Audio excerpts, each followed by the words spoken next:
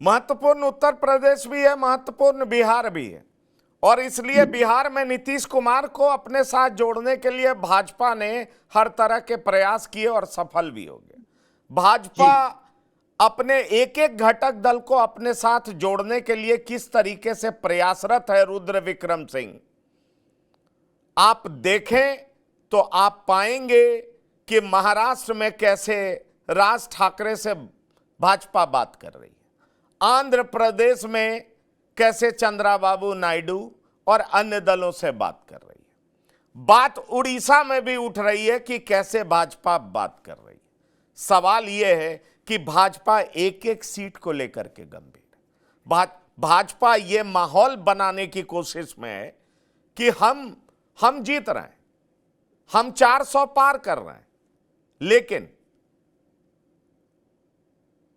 विपक्ष में बिखराव दिखता है। और विपक्ष में जब बिखराव दिखता है तो परसेप्शन तो आपके खिलाफ जाता है पुरोहित साहब।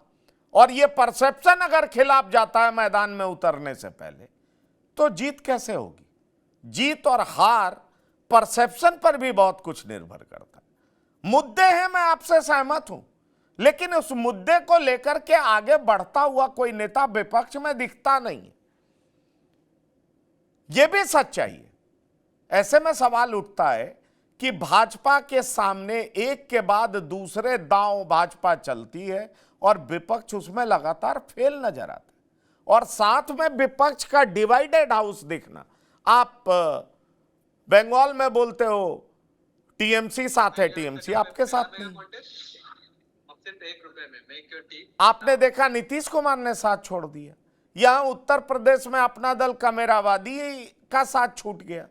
सुभाषपा आपके साथ थी तो आपने विधानसभा चुनाव में कितना नुकसान पहुंचाया भाजपा को, लेकिन अब नहीं है और ऐसे छोटे छोटे दल निकल जा रहे हैं, तो मैसेज तो गलत जाता है।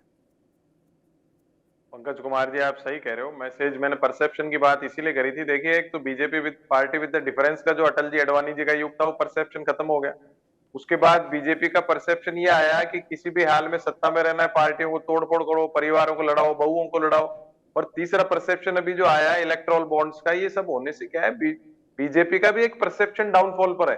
लेकिन विपक्ष का जो आप कह रहे हो मुद्दे, इतने ज्वलंत मुद्दे हैं, आम आदमी परेशान है, महेंद्र जी ने भी कहा। देखिए, विपक्ष को क्या करना चाहिए? विपक्ष का काम क्या होता है? ट्विटर ट्विटर खेलना नहीं होता है, प्रदर्शन करना, धरने करना, राज्यपाल को ज्ञापन देना, जैसा कि हम देखते आए बचपन से। तो उसमें उसका अभाव दिखा मैंने जब पॉलिटिकल डेप्थ और इंटेलिजेंस की बात, पॉलिटिकल इंटेलिजेंस की बात की। वो अभी तक नहीं कर रहे। इंडिया अलायंस बना, इतना बढ़िया बना। अगर गठबंधन के हिसाब से इनमें मैच्योरिटी होती तो बहुत शानदार, आपको भी ध्यान है जुलाई में ऐसी बढ़िया इमेज बन गई थी, बीजेपी को भी खतरा लगने लगा और बीजेपी इंडिया अलायंस के खिलाफ पड़ गई। लेकिन धीरे धीरे आपने कहा जैसे सब घटक दल जाने लगे, ये पॉलिटिकल डेप्थ और इंटेलिजेंस की कमी रही इंडिया गठबंधन में। दूसरी बात जो है, कांग्रेस सबसे बड़ी पार्टी की है, राष्ट्रीय पार्टी, उसका अलायंस क्षेत्रीय दलों से।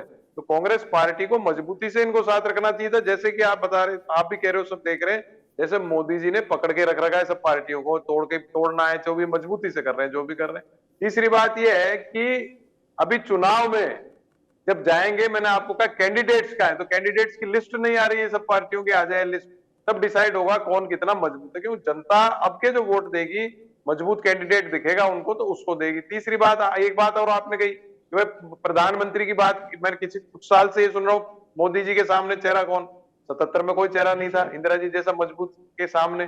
जनता पार्टी पूरी फॉर्मेट नहीं हुई थी, जिसको टिकट दिया वो जीत के चला आया। ऐसा नहीं होता कि कोई एक फेस अगर दिखाए विपक्ष तो ही वोट पड़ेगा। क्योंकि अगर साउथ की बात करें तो साउथ में जरूरी नहीं मोदी जी के नाम से वोट पड़ा हो। अभी हालिया चुनाव जो आप डिस्कशन कर रहे थे, तेलंगाना में भी खूब घूमे, कर्नाटक में भी मोदी जी घूमे, नहीं पड़ा वोट। और ये जो तीन हिंदी पट्टी के चुनाव हुए 3 राज्यों के, राजस्थान में 70 सीटें आई, मोदी जी तो वहां भी घूमे।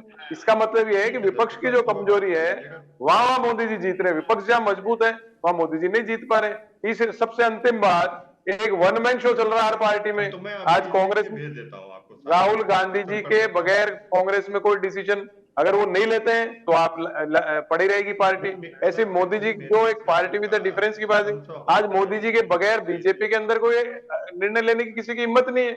यही क्षेत्रीय दलों का है। तो वन मैन शो चल रहा है, इंडिविजुअलिज्म जो चल रहा है, ये पॉलिटिकल सिस्टम के लिए खतरनाक है। इसीलिए सब बात करते हैं लोकतांत्रिक व्यवस्था चरमरा रही। जब इंडिविजुअलिज्म हो जाएगा तो डेमोक्रेटिक संस्थाओं को तो अपने आप ही पराभव होगा। तो वो देखने को मिल रहा है देश में। तो जनता फिर भी इन चीजों को, मैंने कईयों से बात की, इलेक्ट्रोल बॉन्ड्स, लोग कहते हैं भाई समझते नहीं। पंकज जी, आजकल गांव में भी बच्चे समझते हैं, सब समझते हैं, डिस्कशन करते हैं इन चीजों के। तो ये बहुत बड़ी जागृति देश के अंदर है। तो जनता अब किसको देगी वोट, वो तो कैंडिडेट के ऊपर डिपेंड करेगा। जैसे राजस्थान है, हरियाणा है, पंजाब है, इसमें जो सिख और जट सिख और जाटों की बेल्ट है, उसमें बीजेपी के खिलाफ है लोग। तो वो परिणाम क्या आता है, तो टिकटों के ऊपर और वोटिंग पैटर्न पे डिपेंड करेगा। तो कैंडिडेट के ऊपर निर्भर करेगा, इसका मतलब मोदी फैक्टर का असर आप क्या मानते हैं कम पड़ गया है इस लोकसभा चुनाव में? क्या महेंद्र सिंह जी, मोदी फैक्टर तो सबसे बड़ा फैक्टर है? मोदी की गारंटी, मोदी की विश्वसनीयता, मोदी का नेतृत्व, मोदी की चाल, मोदी की बात, ये तो सबसे बड़ा फैक्टर है। मोदी वो तुरुप का इक्का है जो कहा जाता है कि बीजेपी नहीं जीत रही, मोदी जीत रहा है। मोदी का कद इतना बड़ा हो गया, लार्जर देन लाइफ। क्या आप सहमत नहीं है इस बात से? नहीं, देखिए, निश्चित रूप से जो ब्रांड मोदी है वो निश्चित रूप से एक शोध का विषय है कि 10 साल की शासन के बाद भी अगर ब्रांड मोदी बरकरार है तो ये भारतीय राजनीति में एक शोध का विषय है कि उसके पीछे क्या कारण है, किस तरीके से जो आज की भारतीय जनता पार्टी है, जो नरेंद्र मोदी की भारतीय जनता पार्टी है, उन्होंने राजनीति करने का तरीका, नजरिया, प्रक्रिया सारी बदल दी।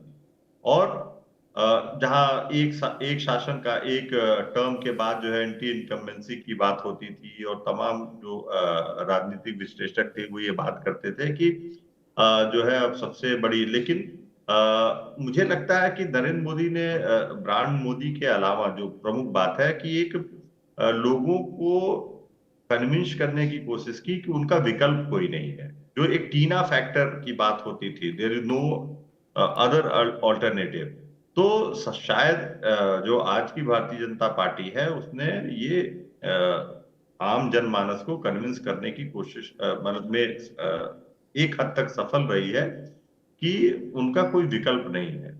और जो एक संसदीय चुनाव पद्धति को प्रधानमंत्री मोदी ने एक, आप कहें, अध्यक्षीय शासन पद्धति, प्रेसिडेंशियल फॉर्म ऑफ इलेक्शंस, अगर शासन नहीं तो चुनाव को जो है वो बना दिया है।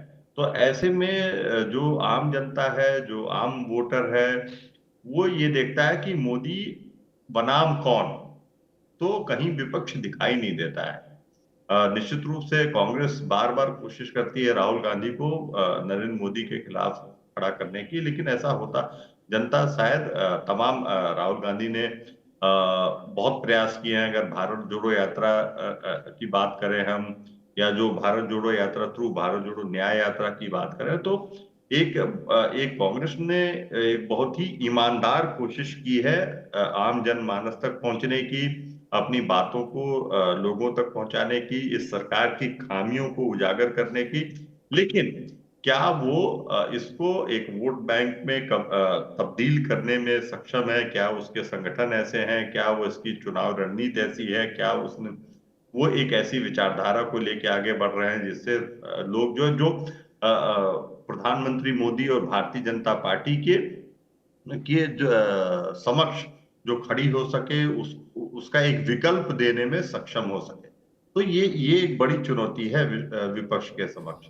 लेकिन निश्चित रूप से आप कह सकते हैं। और एक और महत्वपूर्ण बात, अगर हम उत्तर प्रदेश के संदर्भ में बात कर रहे हैं, कि आप देखिए कि जो भारतीय जनता पार्टी का खासकर अपने मुख्यमंत्रियों को लेके या जो क्षेत्रीय नेताओं को लेके जो उनके चुनने की पद्धति रही है, या उनको एक बहुत ही एक सहज तरीके से कार्य करने देने की जो एक पद्धति रही है, उसका भी बहुत फायदा जो है प्रधानमंत्री मोदी को मिल रहा है। अगर हम उत्तर प्रदेश की बात करें तो पूरी की पूरी आप एक तरीके से देखें तो योगी आदित्यनाथ में उन्होंने विश्वास किया 2017 में, और वो विश्वास आज भी कायम है।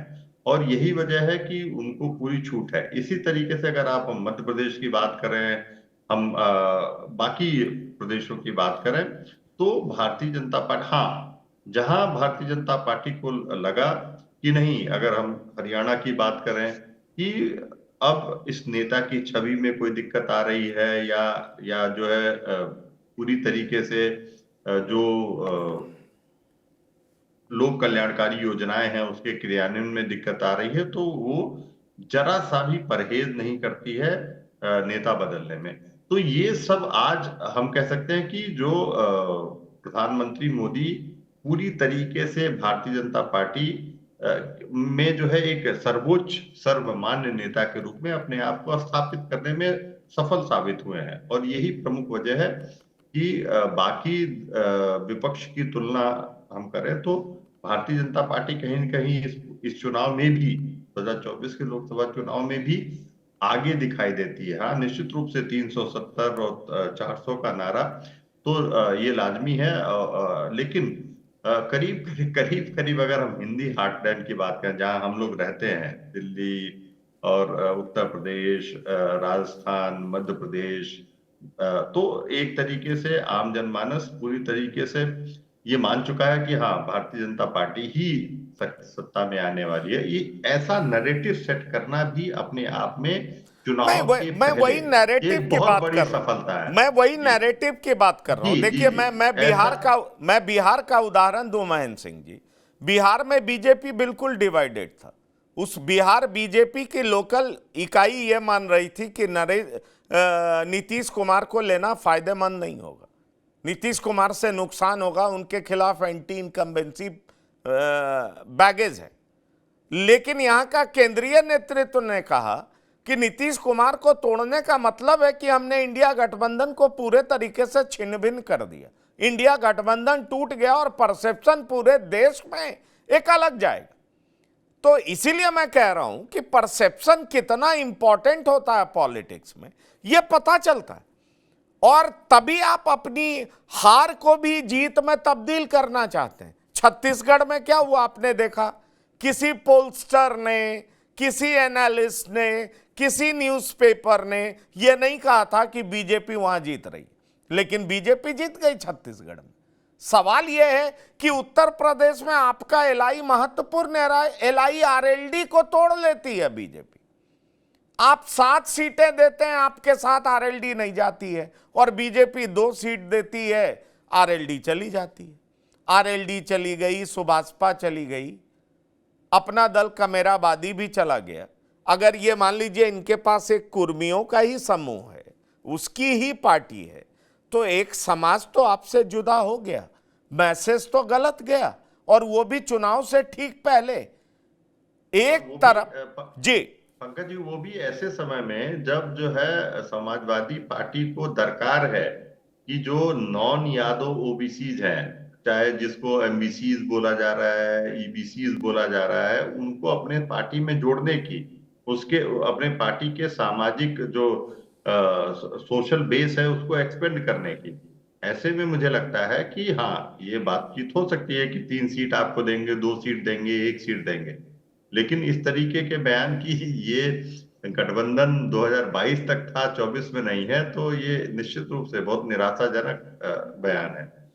ज्ञानेंद्र मिश्रा जी, ये राजनीतिक रूप से आप इसका असर क्या देखते हैं उत्तर प्रदेश के चुनाव में? खासतौर पर समाजवादी पार्टी कांग्रेस के साथ तो अलायंस की है, कांग्रेस का 2% वोट था मात्र विधानसभा चुनाव में। समाजवादी पार्टी अकेले क्यों लड़ना चाह रही है उत्तर प्रदेश में? क्या समाजवादी पार्टी का कॉन्फिडेंस बहुत ज़्यादा बढ़ गया? क्या समाजवादी पार्टी को विधानसभा में 110 सीटें मिल गई, इस वजह से समाजवादी पार्टी को लग रहा है कि वो अकेले चुनाव लड़ लेगी? समाजवादी पार्टी जब मायावती को लाने की बात हो रही थी, उसका भी विरोध करती देखी गई थी। इंडिया अलायंस के चौथे बैठक में अखिलेश यादव ने साफ पूछा था कांग्रेस से कि क्या आपकी बात चल रही है तो बताइए। कांग्रेस ने इनकार कर दिया। यह बात और है कि कांग्रेस कोशिश लगातार कर रही है, अभी तक कर रही है। आपको क्या लगता है कि समाजवादी पार्टी अकेले ही विपक्ष की भूमिका में बने रहना क्यों चाहती है? नहीं, देखिए पंकज जी, वो क्यों चाहती है ये तो वो जाने, पर उनका ये चाहना सही है या गलत है, या उसका क्या प्रभाव या दुष्प्रभाव पड़ सकता है, इस बारे में हम लोग जरूर विचार कर सकते हैं। और जैसा मैंने कहा कि अगर अभी हमें पता नहीं है कि पल्लवी पटेल जी की कितनी राजनीतिक हैसियत है और कितनी सीटें जीतने का उनका जो है वो ताकत है, या कितनी सीटों को इन्फ्लुएंस करने का ताकत है। पर अभी मामला परसेप्शन का है, और अभी मामला आपको ये दिखाने का है कि आपके साथ ज्यादा से ज्यादा पॉलिटिकल फोर्सेस, ज्यादा से ज्यादा पॉलिटिकल विचार वाले लोग जुड़ रहे हैं, और उससे एक परसेप्शन बनता है, उससे एक मैसेज जाता है। तो मेरे, और आपने जैसा कहा कि जिस तरह से बीजेपी कई स्टेट्स में मजबूत होने के बावजूद भी हर प्रकार से ये गेन प्रकारेन जोड़ तोड़ करके